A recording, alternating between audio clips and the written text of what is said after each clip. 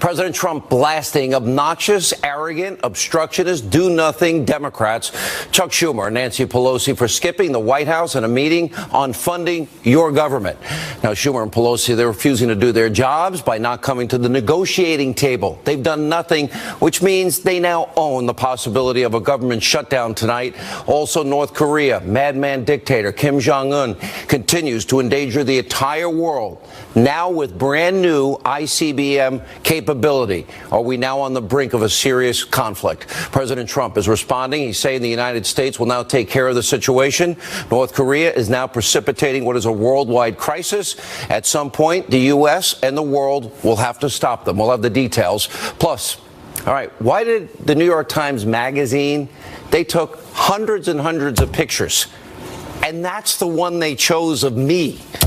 You think it might have, all right, stop laughing. You think it might have something to do with liberal bias? Wow, even that's atrocious.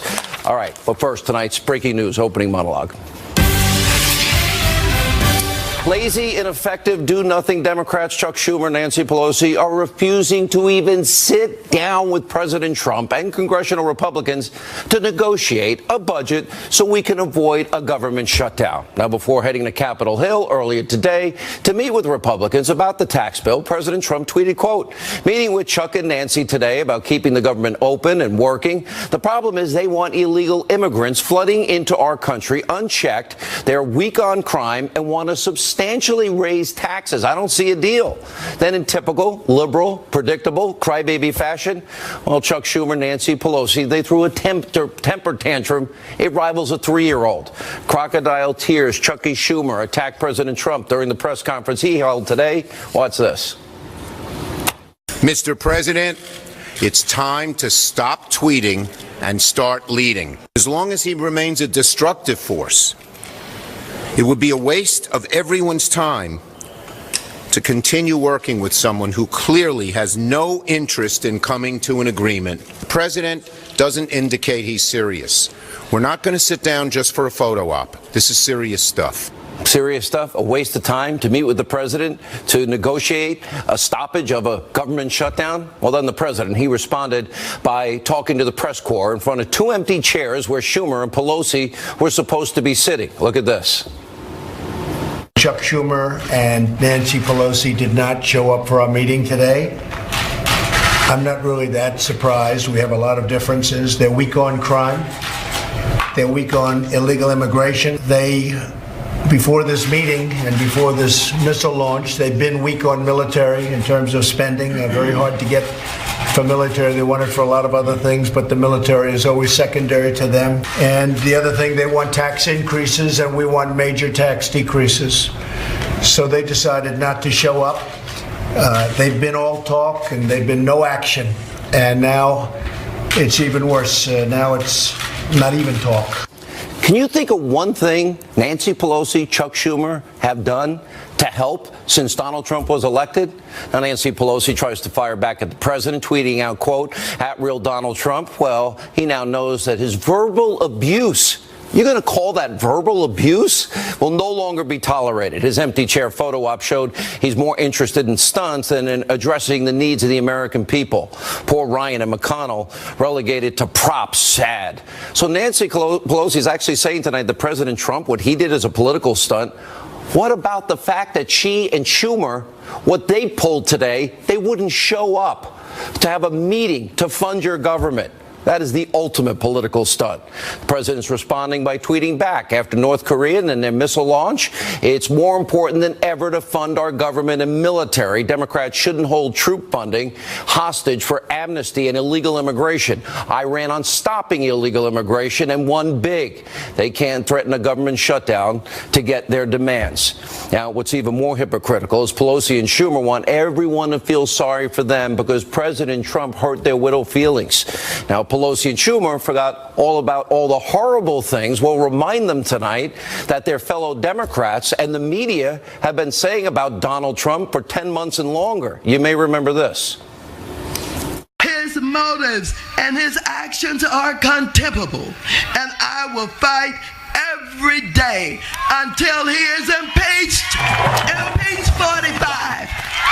I rise today, Mr. Speaker, to call for the impeachment of the President of the United States of America. The president's decision to end DACA was heartless and it was brainless. We all agree that President Trump's decision to end DACA is a despicable act of political cowardice. Are we getting closer and closer to the possibility of yet another impeachment process? After watching the Clinton impeachment, I thought I'd never see another one. But I think we're in impeachment territory now for the first time. President Trump did a tweet last night and a tweet this morning. Not presidential.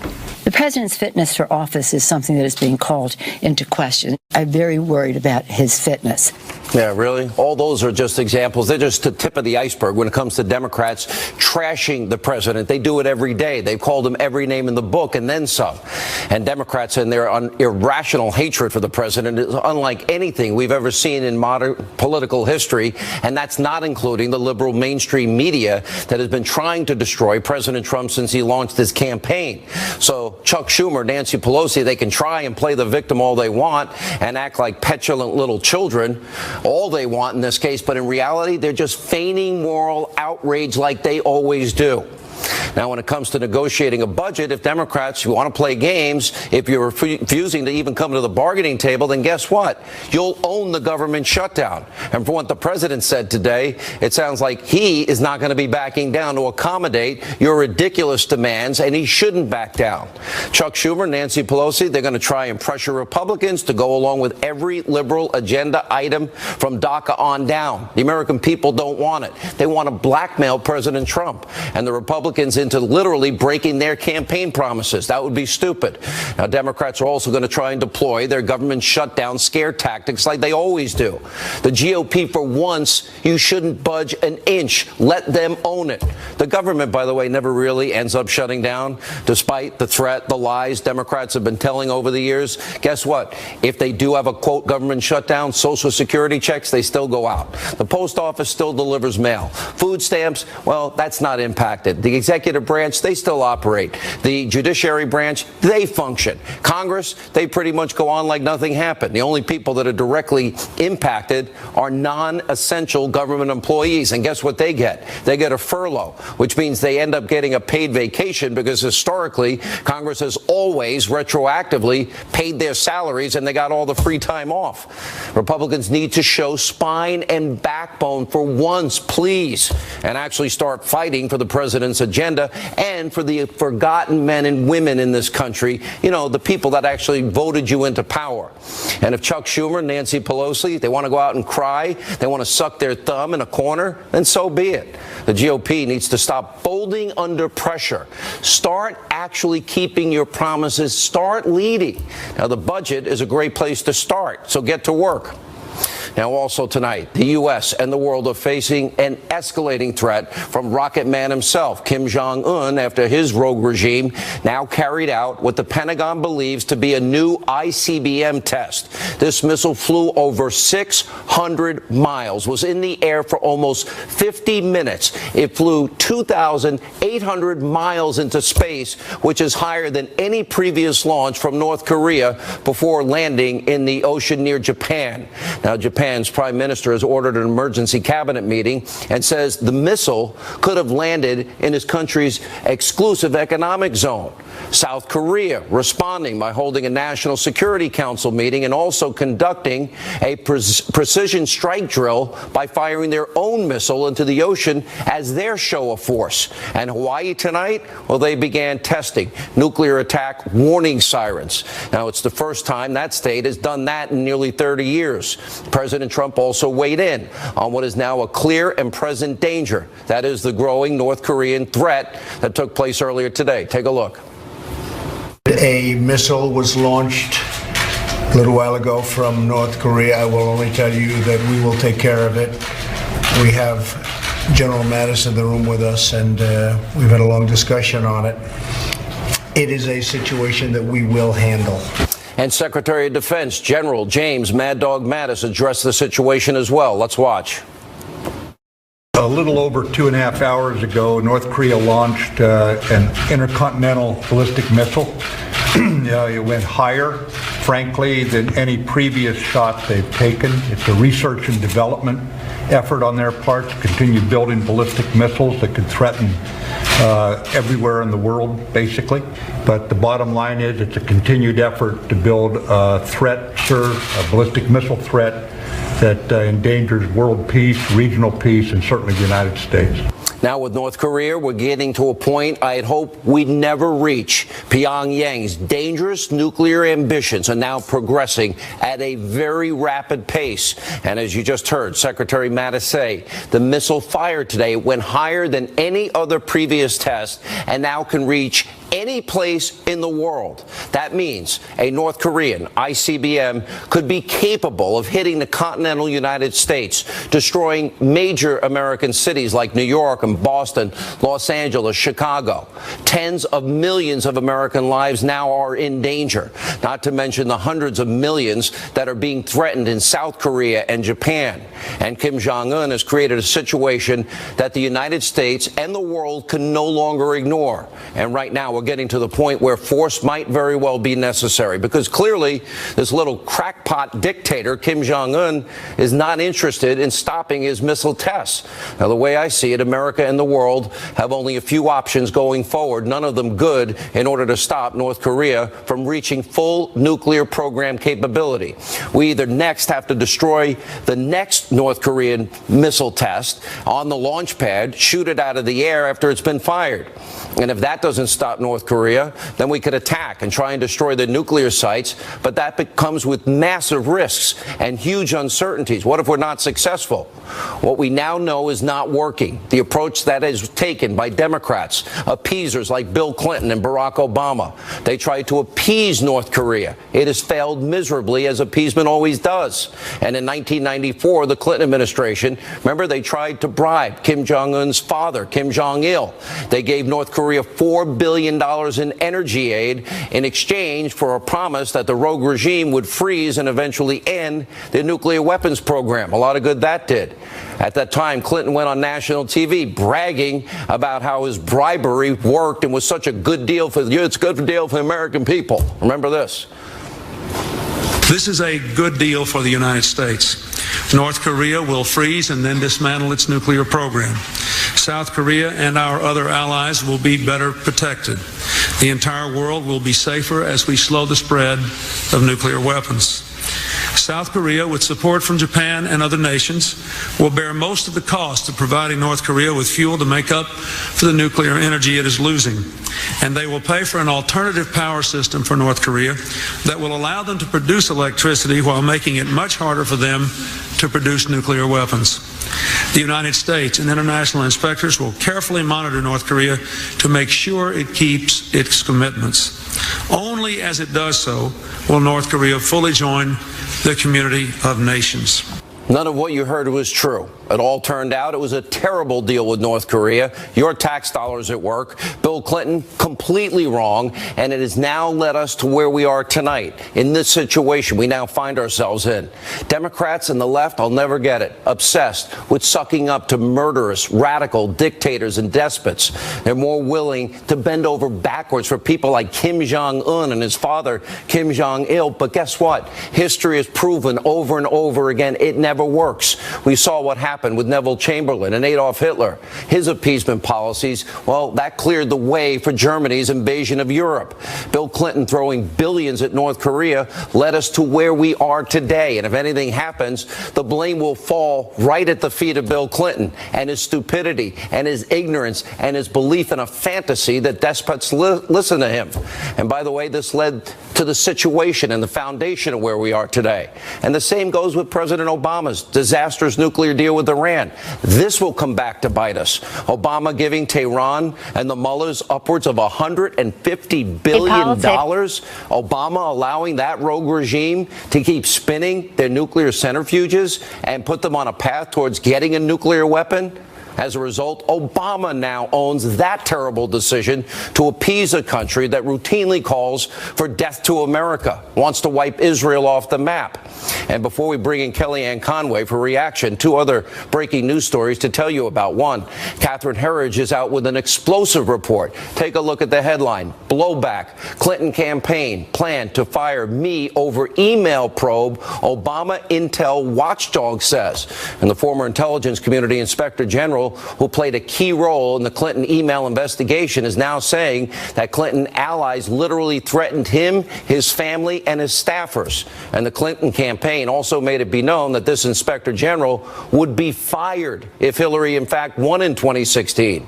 Also, finally, tonight, a major development in the Uranium One scandal. The Hill's John Solomon out with a brand new report. Here's that headline. Clinton's understated support from firm hired by Russian nuclear company. According to Solomon, he'll join us later. The Clinton Foundation may have significantly underreported the donations they got from a company with deep ties to Russia.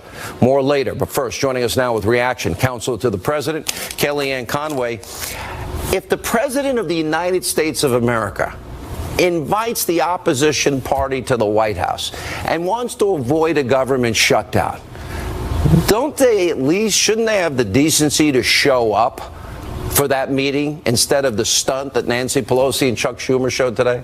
In a word, yes, they should, because they're not there representing the opposition party. They're there as the minority leaders of the two chambers in Congress. And it is a major disappointment, especially when you see the president's reaction in North Korea firing its highest missile to date. Politics with funding our military and keeping us strong, and let's not leave that on the altar of a liberal agenda. I find it really regrettable that Nancy Pelosi took time out of her Sunday schedule to go and call John Conyers an icon, and yet is name-calling our president. And a right to due process. And that's right, but I want to say today was a great example as to why Donald Trump and his party prevailed and why the other party has failed. It's based on ideas and bedrock principles. The president and his party today, through the Senate Finance Committee, they forged ahead and they got this tax bill passed out of committee. It's a great step forward to making sure that our job creators get a lower rate. You know, the president just had a 5-nation Asia trip. In the 5 nations that President Trump visited, guess which one has the highest corporate tax rate among them all? Us, the United States of America. That is completely unacceptable. And it's this president who's trying to work with both parties and both chambers in Congress, Sean, to make sure that this job creators tax rate is lowered, make sure the middle class gets a tax break they deserve, repatriate the $1 trillion worth of wealth, and just simplify the code. Why are we spending billions of dollars and billions of hours every single year trying to comply with the code? So he's making good on promises. I also think he was very respectful of the process today, saying to the senators, listening to their concerns. You have a few of them coming forward and talking about small businesses and what the relief they'll get. The president has listened very patiently to those concerns. Others are talking about the deficit. And so he went to the Senate today to say thank you for working through the process, encouraging them to come forward, bring their concerns to reconciliation, and get this tax cut on his desk. The Democrats have spent all of 2017 talking about the presidential election in 2016 and the presidential election in 2020. Can you name one thing they've done? I can't. Name one policy? I can't. And I wish I could tell you it were differently. Their economic plan was $10 trillion more in new spending and $11 trillion in new taxes. That's right. That's why they're the minority party there, Sean. That's why they lost 1,000 seats in state legislatures, in the House, in the Senate, in the governorships, and of course, the biggest prize of all, the White House. It's based on the policies. Donald Trump and Mike Pence prevailed on policies, and they're trying to make good on those. But the Democratic Party has been reduced to carrying around a stop sign. Their code word is resistance, and that's all they're doing, including today. And the people see that. I travel this country weekly for the White House, and I don't go to curated Republican audiences. I'm out in manufacturing plants. I'm talking to small business owners. I have no idea what these people's politics are. I don't much care. I can tell you what it is. Hate Trump, and Russia, Russia, Russia. That's Yeah, but about Chewy, all you. but that's and right, that's it. And feigning outrage after they call the president every name in the book. Yes. All right, we're at a But very. people are really supporting this president. They want to see, they appreciate the fact that on North Korea, he and the UN and the Ambassador Haley have gotten 15-0, 2 consecutive unanimous votes to sanction North Korea. She's hosting another meeting tomorrow about this urgency, and the economic and diplomatic isolation in North Korea will continue if they continue to do this. This is the president showing leadership, but the Democratic Party is talking about presidential elections instead of passing policy, and I'm telling you, the American people see it to a person. Even folks who didn't vote for this president come up and tell us all the time they can't stand the constant negativity, resistance, lies, and the rest of all the blather. They want a government that functions, and he's leading the way.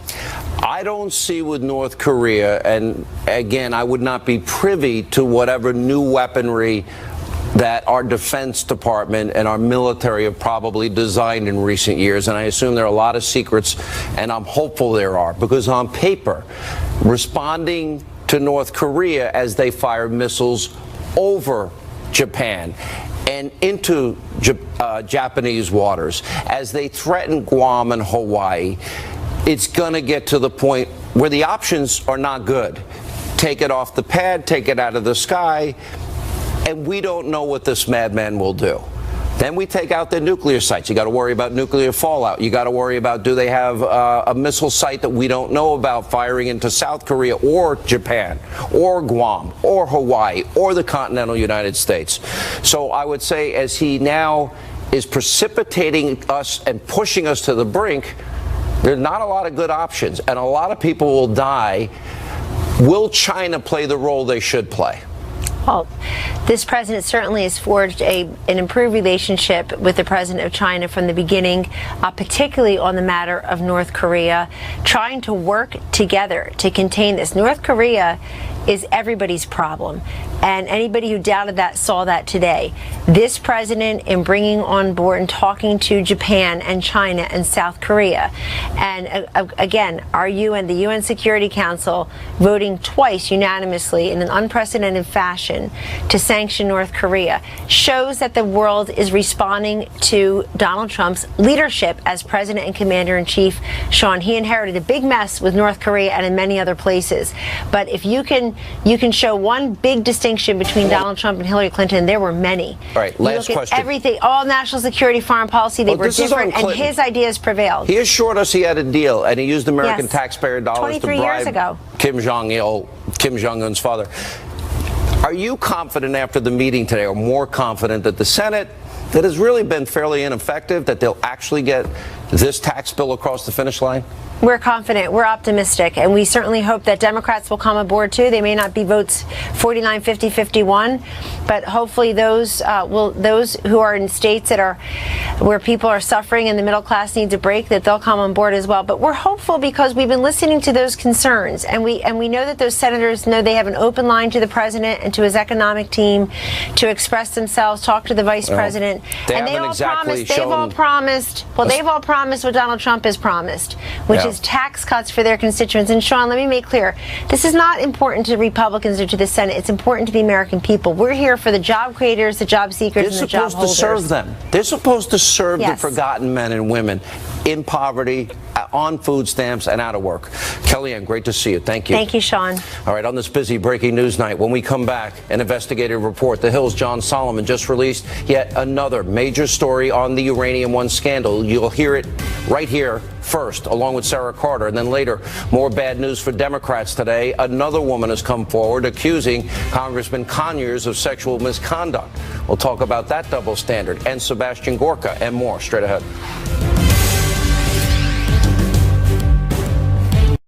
Welcome back to Hannity. Breaking news tonight on the Uranium One scandal. The Clinton Foundation may have significantly underreported donations that it received from a firm with deep connections to Russia and its nuclear energy holdings. Now, this according to a brand new article from the Hill's John Solomon and Allison Spann. Now, this was released earlier tonight. The report details, quote, the Clinton Foundation's donor disclosure site vastly understated support that the Clinton Global Initiative received from APCO Worldwide Worldwide, a global communications firm that lobbied on behalf of Russia's state-owned nuclear company.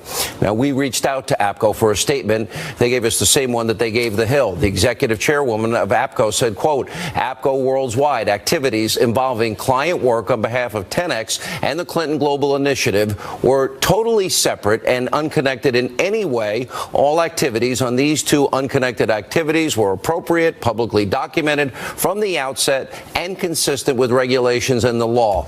Any assertion otherwise is false, unfounded, and a lie.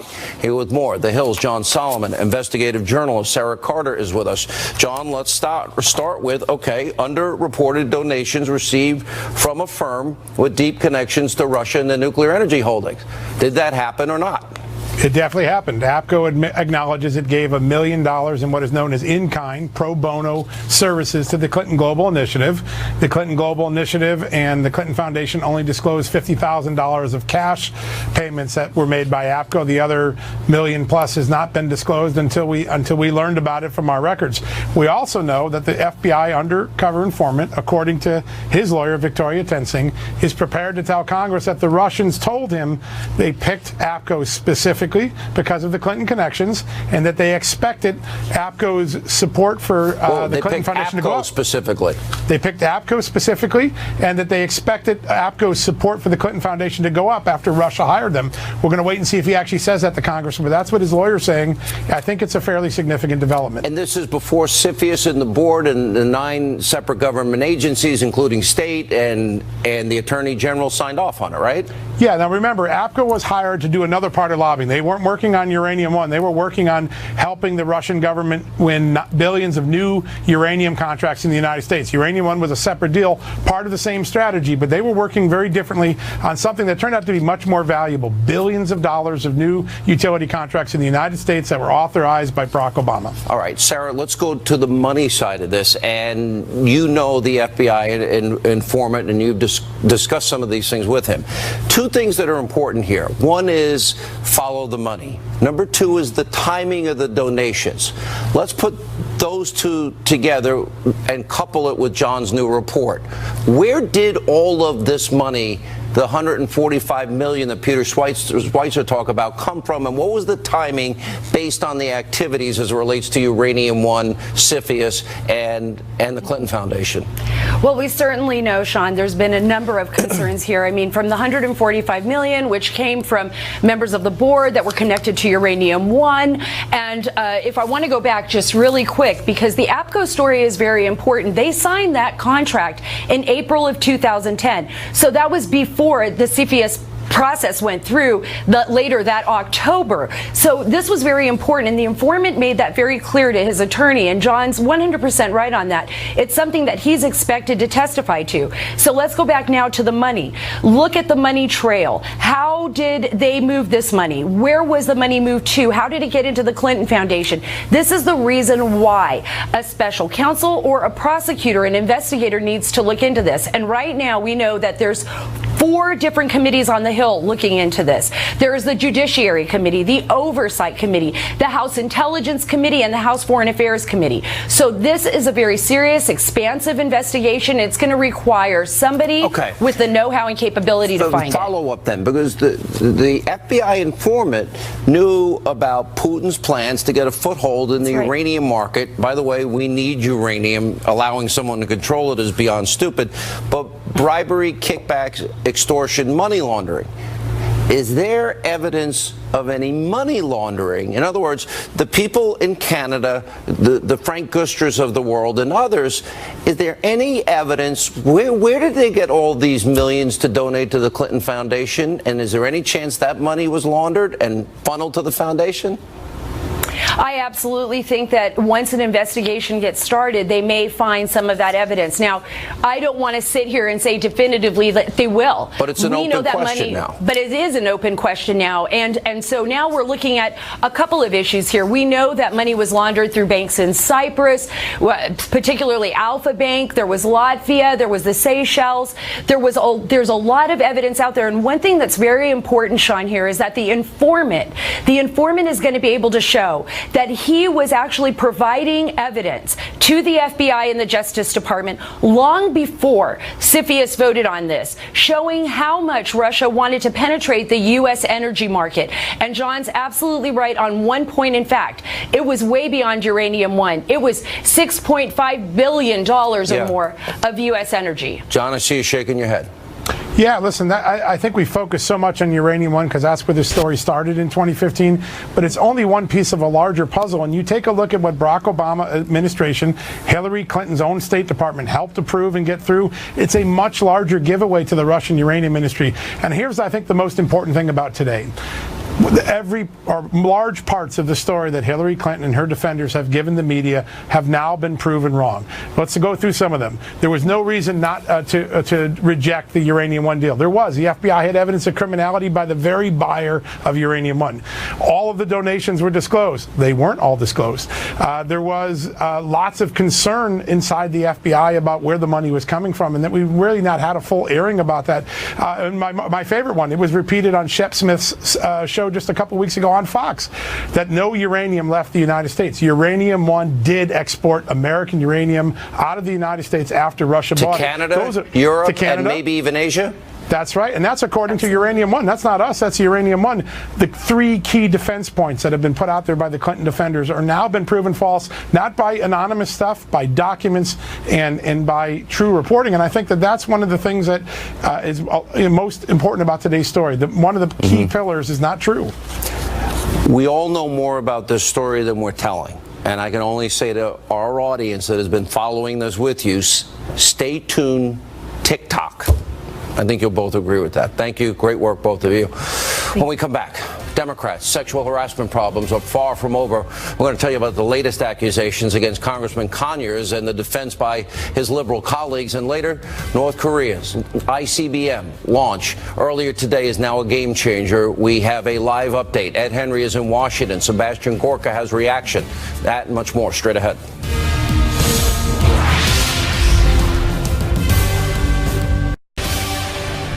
As we continue, another woman is accusing Congressman Conyers of sexual misconduct. According to reports, this accuser served as Conyers' deputy chief of staff between 1997 and 2005. She claims Conyers touched her inappropriately on at least 3 occasions, including one time when she says Conyers placed his hands under her dress. We've reached out to Conyers' office for comment on this woman's claims, but they have yet to respond to our request. And also over the weekend, political commentator Cokie Roberts made this startling comment about Conyers' reputation on the Hill. This is pretty shocking. Watch this.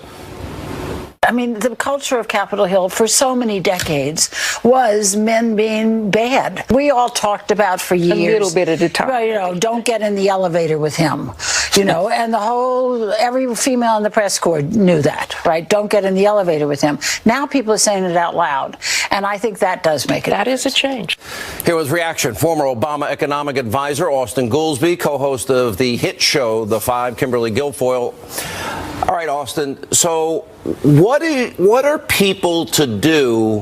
What is the right thing to do? Because we see a lot of hypocrisy. For 30 years, a lot of your Democratic friends, they were part of a smear, slander, besmirching attack against all the Clinton women.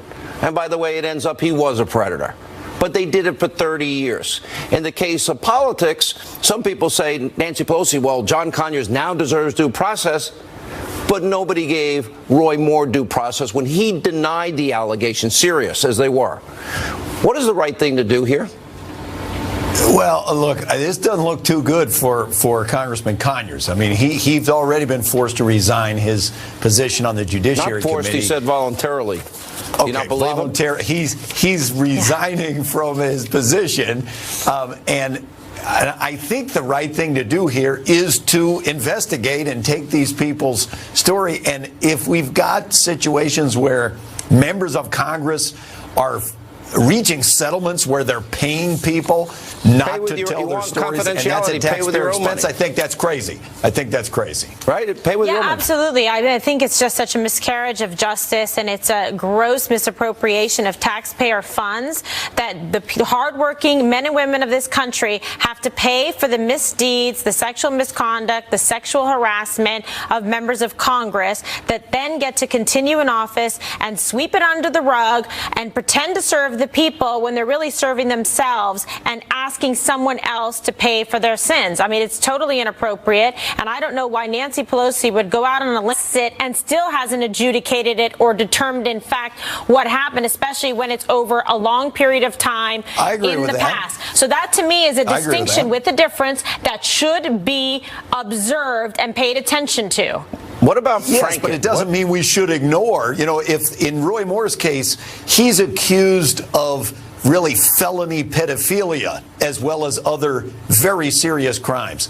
And we should look into that. We shouldn't just say because he said he didn't do it, therefore we shouldn't pursue it. Well, no one's saying not to look into it, but he's entitled to have that actually investigated and determined. I mean, how can you do that in a quick period of time? That goes for John Conyers too, though, right? I mean, I'm even saying cases like this. If you were to bring a case like this in front of the district attorney's office, etc., if there was a case of sexual misconduct or sexual assault of a criminal level, you would actually get a jury by your peers, and you would get a full and thorough investigation. And you don't see that in a lot of these cases. A wide spectrum of conduct, and sometimes in some of the cases, we see an accusation is enough to, in fact, convict someone essentially but the bottom line, Austin, is the Democratic Party defended the predatory behavior of Bill, and they did everything they could do to slander every woman in that case. Drag $100 through a trailer park. You don't know what you're going to find. So many examples. Look, I don't think they should be proud if that's what they did. They shouldn't be proud of it. And when Republicans defended Clarence Thomas, they shouldn't be proud of that either. Now, the question is today, what are we going to do? Clarence Thomas to Bill Clinton? Clarence Thomas was I'm one saying accuser there are many late in the cases. game. They should. I'm not going to defend if that's what they did. They should be embarrassed by that behavior. The question is, today, what should we do? 30 years, and I think you and I agree, Sean, and Kimberly agrees, we should go after finding out this information. Okay, so you agree that in the case of Bill Clinton, they should have handled that better. They shouldn't have smeared the women and actually I think they should have handled it better, and I think they should be embarrassed by the way they handled it. It's so convenient now that the Clintons have no power because all the liberals defended him up until and including I wasn't last year. I wasn't in the administration. Okay, yeah, okay. You don't read a newspaper either. And you don't watch my show, so you know nothing about it. But he is on your show a lot. Yeah. All right. I have a football that's you signed that says I'm a great American, Sean. Thank you. Didn't you like my picture in the New York Times Magazine? I'm sure he had a fun time looking at that, which we will get to in a minute. When we come back, though, the serious issue of North Korea's nuclear program now threatening every single American. How do we deal with this? Ed Henry in Washington, Sebastian Gorka. Plus, my reaction to this. The New York Times profile picture of me on their cover. We're not going to put it up. It is so bad. The question is, it is so awful. The question is, did they do did we not have the picture? Did we not Photoshop the thing? Anything. Anyway, we'll show it coming up later in the show.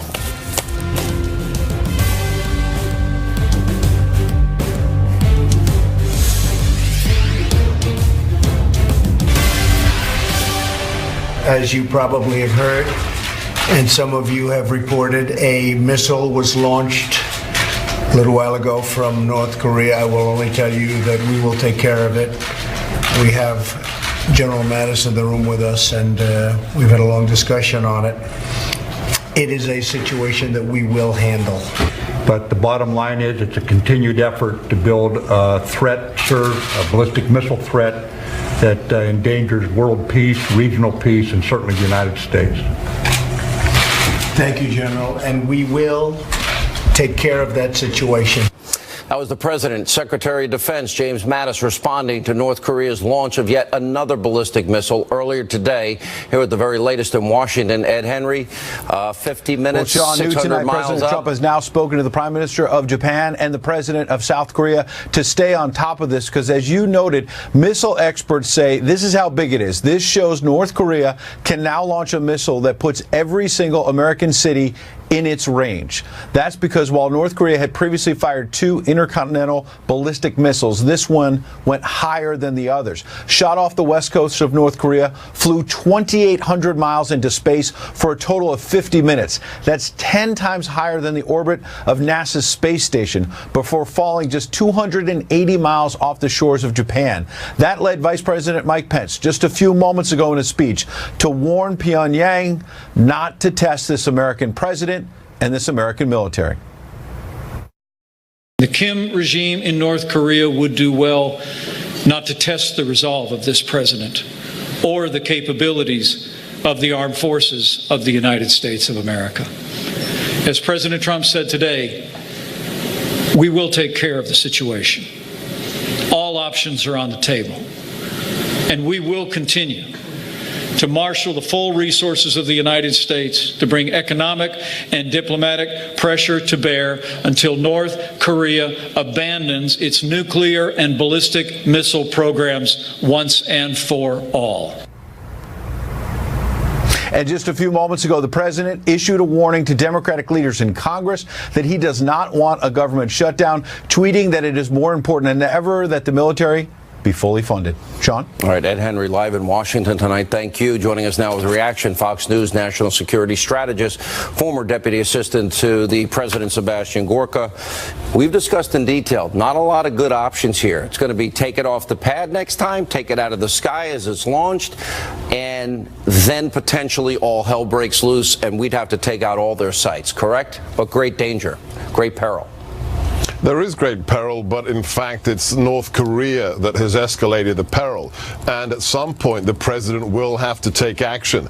Secretary Mattis has been very clear today. This is a direct threat to the United States, and we cannot wait until the next missile lands on U.S. soil, whether it's Guam or whether it's the continental U.S. There's 3 very special issues here, Sean. At some point, the credibility of the United States is put in question. The president has shown leadership, whether it's in Syria with the cruise missile strikes, whether it's the 21,000-pound bomb in Afghanistan. We need to maintain that credibility to assure our allies and our friends like Japan. Secondly, there's the issue of other regimes cannot be encouraged to behave the way North Korea is. This is a very, very bad example to set for others. And lastly, Sean, there has to be a cost for threatening the United States of America.